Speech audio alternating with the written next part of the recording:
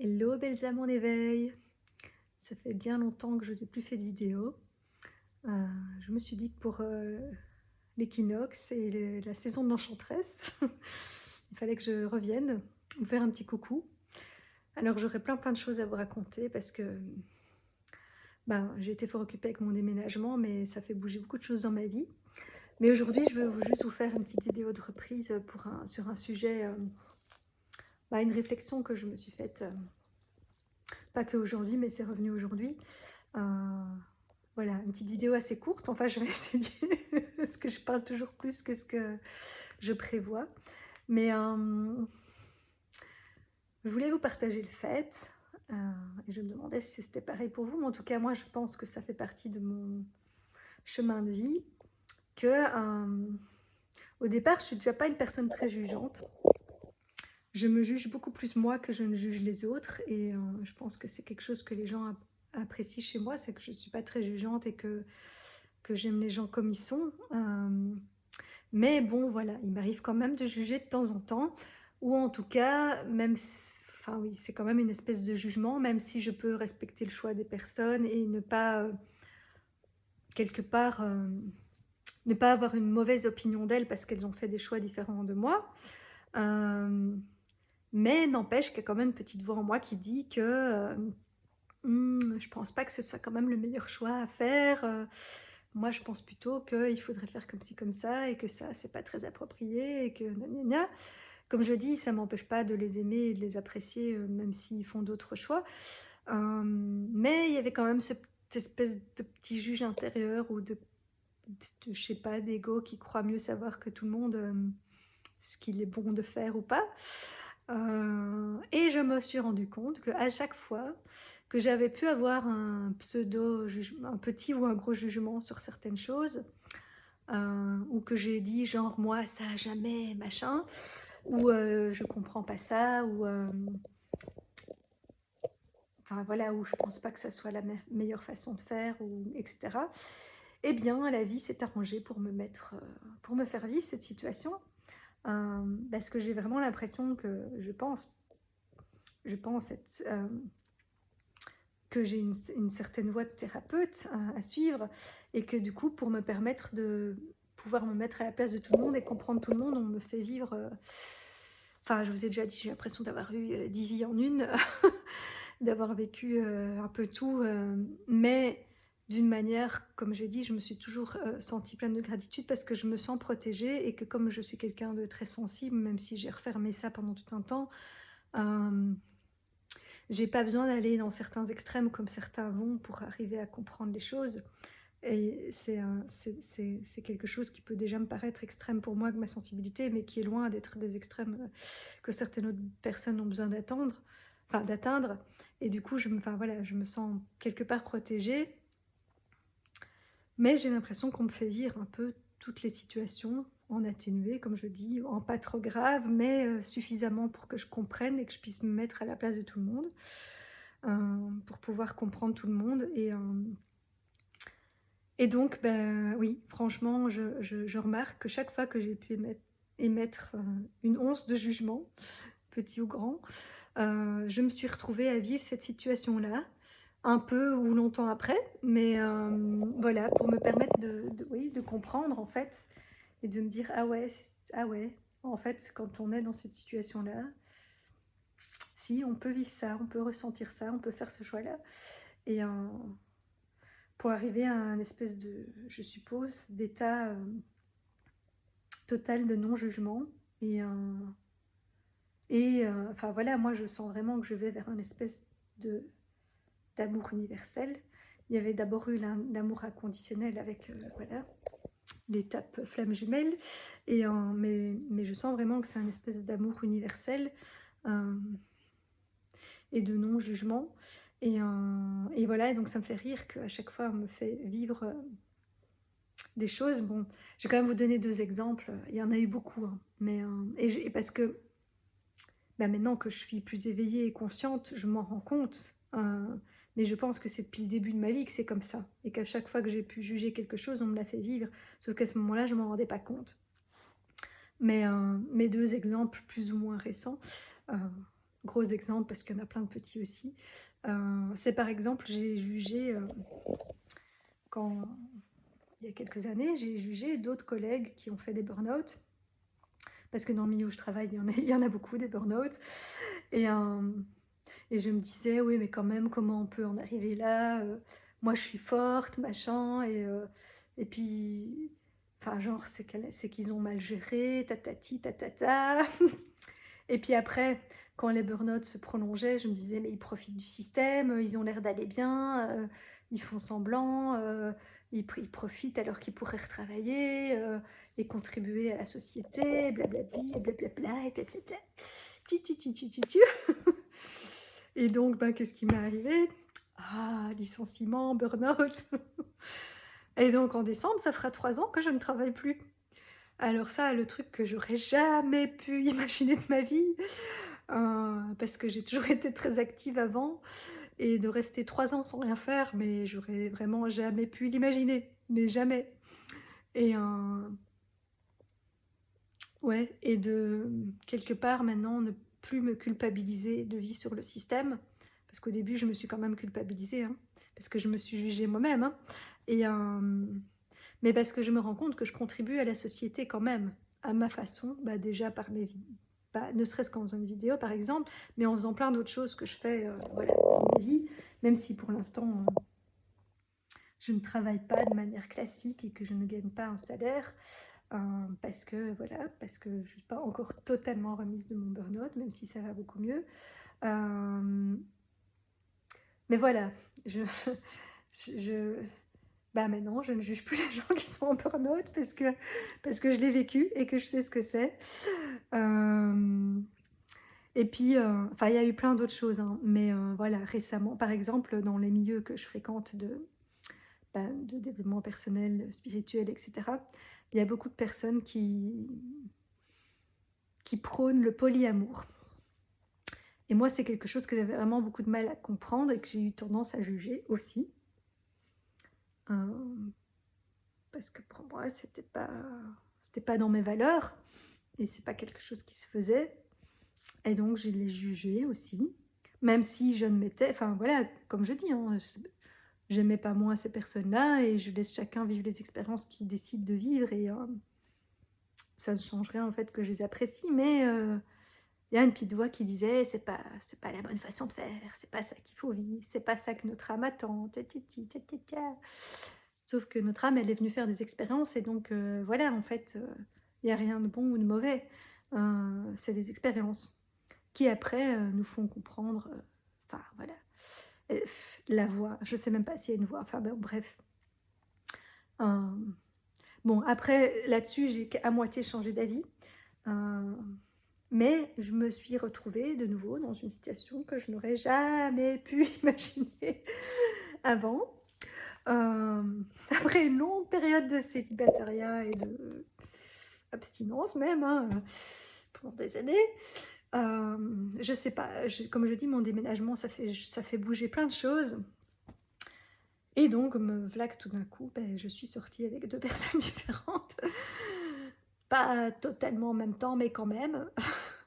Enfin, une à la suite de l'autre, tout en envoyant de gens. Enfin bref, peu importe.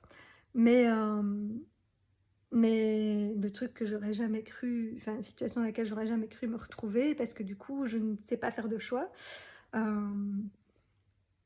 Et après, je pense que l'important dans ce cas-là, c'est d'être honnête avec tout le monde et de communiquer, etc. Mais voilà, j'ai à moitié changé d'avis sur le polyamour dans le sens où je pense que il y a plein de façons d'aimer en fait. Et comme moi je vais vers cet amour inconditionnel, je sens qu'ici j'ai réouvert plein de portes et que du coup, après m'être barricadée pendant des années, quelque part j'aime tout le monde et donc je peux trouver, enfin je peux éprouver une certaine forme d'amour pour tout le monde, d'affection, enfin voilà, et trouver des points communs chez tout le monde. Et donc, je peux m'attacher à plusieurs personnes en même temps, même plus intimement, on va dire. Mais je pense quand même, parce que là c'est un demi-revirement seulement, mais disons que ça m'aide à comprendre les gens qui vivent le polyamour, parce que disons que tant qu'on reste une certaine forme de connexion, et ça dépend ce qu'on recherche aussi, si c'est plus justement, voilà, si c'est plus par rapport à une relation sexuelle, intime et tout ça, mais pas spécialement un investissement en tant que couple, ben, je peux comprendre le polyamour, parce qu'effectivement, on peut éprouver de la tendresse, une certaine forme de sentiment et d'amour pour plusieurs personnes en même temps. Euh, et donc, ne pas forcément avoir envie de faire un choix tant que c'est clair avec tout le monde. Euh, mais je crois quand même que quand on vit le vrai amour, un vrai amour pur qui, quelque part, allez, qui... J'aime pas le mot combler, parce que pour moi, l'autre ne doit pas combler quelque chose en nous, mais qui match, ou qui fait vibrer, je dirais, qui fait vibrer à la fois notre âme, notre corps et notre esprit. Je pense que si ces trois parts-là sont nourries, à ce moment-là, on n'a pas besoin de partager son amour avec plusieurs personnes. Je pense que si on trouve quelqu'un qui nourrit ces trois parts-là, là, le choix semble évident, et on peut... Et dans ce cas-là, voilà, c'est cette personne-là. En tout cas, le temps que ça dure, parce que la vibration peut changer, puisqu'on évolue tous. Et voilà, mais je crois quand même que quand on vit ce véritable amour, le polyamour n'a plus sa place. Mais de me retrouver dans cette situation entre deux hommes, entre guillemets, et encore, il y aurait pu en avoir plus, mais je me suis limitée à deux.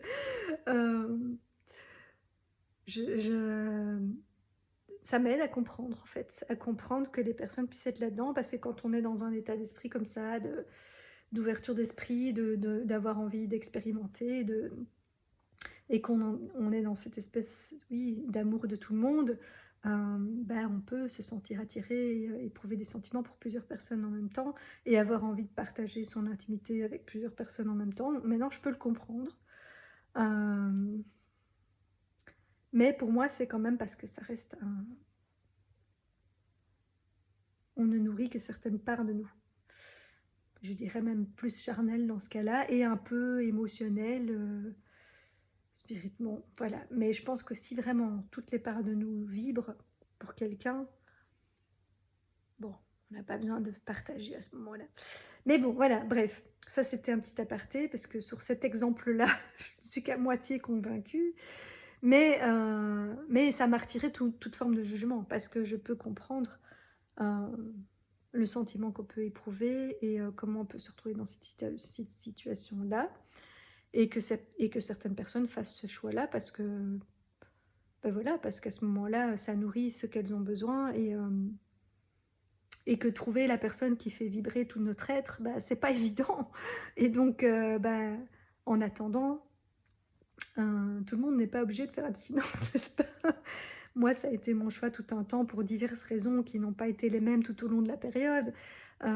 Et des fois, c'était pas vraiment un choix non plus, mais voilà. Mais maintenant que j'ai changé de façon de voir, je peux comprendre que si on n'a pas trouvé cette personne qui fait vibrer toutes les parts de nous, qu'on a envie de nourrir certaines parts, et que du coup, ça peut se faire avec plusieurs personnes.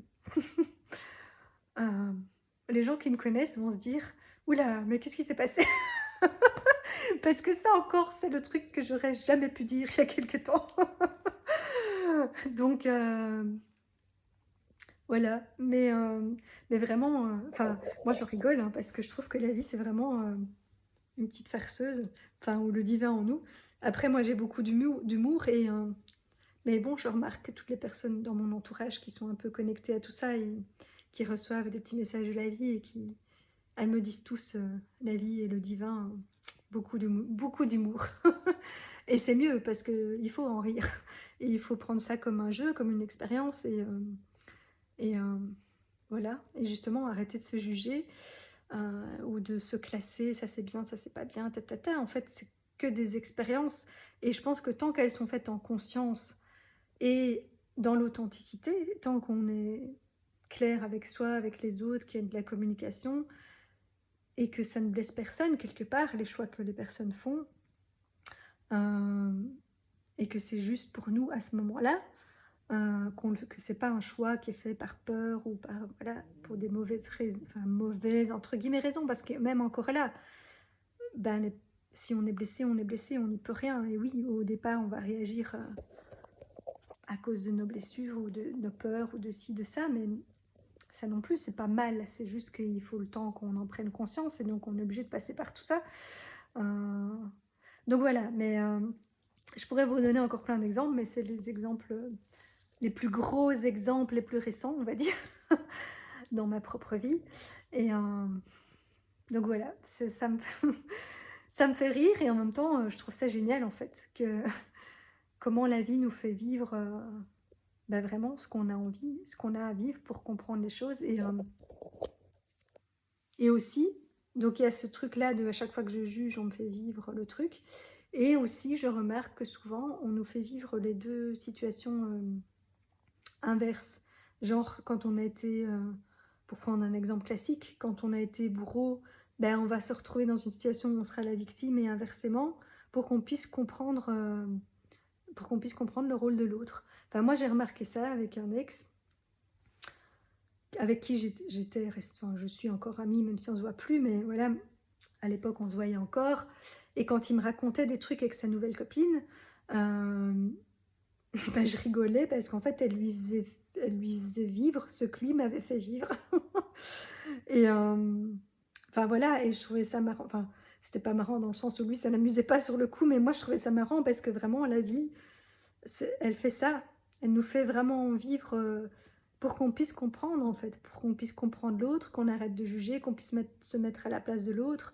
Euh, voilà, et finalement, qu'à la fin, bah, tout le monde s'accepte lui comme il est et accepte les autres comme ils sont et leurs erreurs de parcours, enfin, erreurs qui pour moi n'en sont pas, c'est des expérimentations, mais des expériences. Et je pense que sur le coup, tout le monde fait du mieux qu'il peut, en fait. Avec dans l'état où il est, dans la conscience qu'il a à ce moment-là, avec les blessures qu'il a encore, etc., ben, chacun réagit au mieux pour lui à ce moment-là. Et parfois, ben, on a besoin de se protéger. Et parfois, pour se protéger de certaines choses, ben, on va faire du mal aux autres. Bon, alors, il y en a qui le font plus ou moins consciemment que d'autres. Et voilà, tout n'est pas excusable, on est d'accord. Hein. Euh, mais tout n'est pas excusable, mais tout est compréhensible, je dirais. C'est plutôt ça. Euh, après, voilà, c'est pas parce qu'on comprend qu'on doit tout pardonner et excuser. Bon, moi, j'ai tendance à faire ça, mais encore une fois, je peux comprendre que tout le monde ne le fasse pas.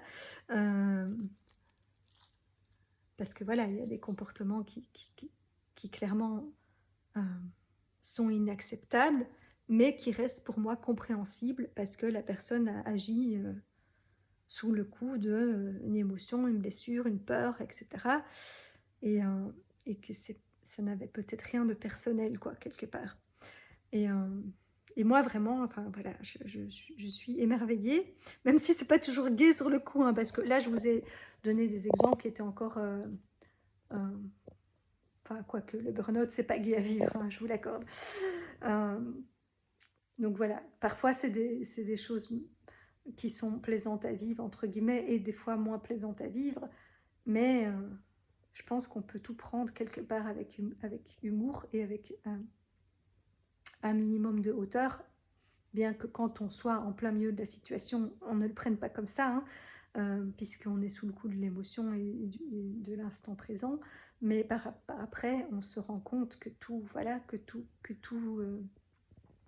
bah, que rien n'arrive par hasard, que tout fait sens, que tout est là pour nous enseigner, pour nous faire grandir. Et moi, notamment, je me rends compte que c'est beaucoup par rapport au fait de ne plus juger. Ne plus juger les autres et du coup ne plus me juger moi parce que je me jugeais moi plus que les autres encore. J'étais beaucoup plus tolérante avec les autres qu'avec moi-même. Ça, c'est parce que ça dépend du type de personnalité. Et j'ai un peu étudié l'énéagramme et là, dans l'énéagramme, en fonction de son énéatype, on a deux ailes et il y a une aile qui va plus faire le défaut, entre guillemets, enfin, qui va vivre son truc plus retourné contre soi ou plus retourné contre les autres, en fait. Par exemple, la colère, ben, elle peut s'exprimer contre les autres et se verbaliser à l'extérieur, etc. Ou elle peut être interne et on est en colère contre soi-même et ça devient une espèce je sais pas, de frustration, de trucs qui bouent à l'intérieur et qu'on ne laisse pas ressortir. Enfin voilà, donc on peut toujours exprimer les choses de manière différente. Mais voilà, je pense vraiment que c'est à ça quelque part, qu'on nous fait vivre toutes ces expériences pour... Après, on a tous un parcours différent et quelque chose de différent à vivre et à comprendre. Mais chez moi, je vois que parmi d'autres choses, parce qu'il y a plein d'autres choses, mais ce truc du jugement ou de la culpabilité, quand c'est un jugement vis-à-vis de moi-même, ben c'est quelque chose qui revient régulièrement et que du coup la vie s'arrange pour me faire vivre toutes les situations qui vont me permettre de sortir de ça et finalement de comprendre chaque situation et de voir tout ça comme des expériences et qui ne sont pas jugées et qui sont juste un parcours quelque part, un parcours pour nous amener à un retour à soi, je dirais, et à ensuite pouvoir, quand soit on se sent bien et qu'on n'est plus dans ce jugement, etc., ben, on peut beaucoup mieux aider les autres à faire pareil, quoi. Voilà. Bon, ma vidéo courte qui fait plus de 20 minutes. Je me doutais bien que j'allais pas réussir à vous faire juste une petite vidéo de 5 minutes. Bon, ça n'a pas changé par contre. Je sais pas si ça changera un jour. C'est pas grave. Et du coup, ce sera pas pour cette vidéo-ci non plus que je vous ferai le mode bel éclairage, belle coiffure et GSM maintenu quelque part, n'est-ce pas? Je le tiens toujours dans ma main. Mais ça viendra, hein. Je deviendrai un peu plus pro un jour. Mais pour l'instant, voilà, je suis encore en mode fin de burn-out. Et donc, et instant présent. Mais ça, j'espère que je vais le garder, le instant présent. Et spontanéité. Et donc voilà, tout d'un coup, après X mois d'absence sur la caméra, j'ai eu envie de vous refaire un petit partage avec ça. Et je vais essayer de revenir plus souvent parce que j'ai plein de choses à vous partager. Parce qu'il s'en est passé des choses ces derniers temps. Voilà, voilà. Mais je ne me mets pas de pression parce que comme je vous ai dit, je m'octroie 2 mois de total lâcher prise pour, j'espère, sortir définitivement justement de ce burn-out et pouvoir eh bien, repartir de bon pied en 2023 et vous proposer de vrais services concrets et voilà, plein de belles choses.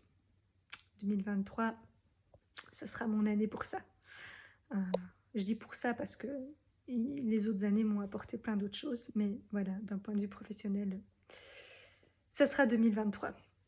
Voilà, voilà, je vous souhaite une belle soirée et puis j'ai essayé de revenir plus souvent, alimenter ma page avec des vidéos et puis, comme j'ai dit, 2023, vous proposer de nouveaux services. Voilà, voilà, belle soirée.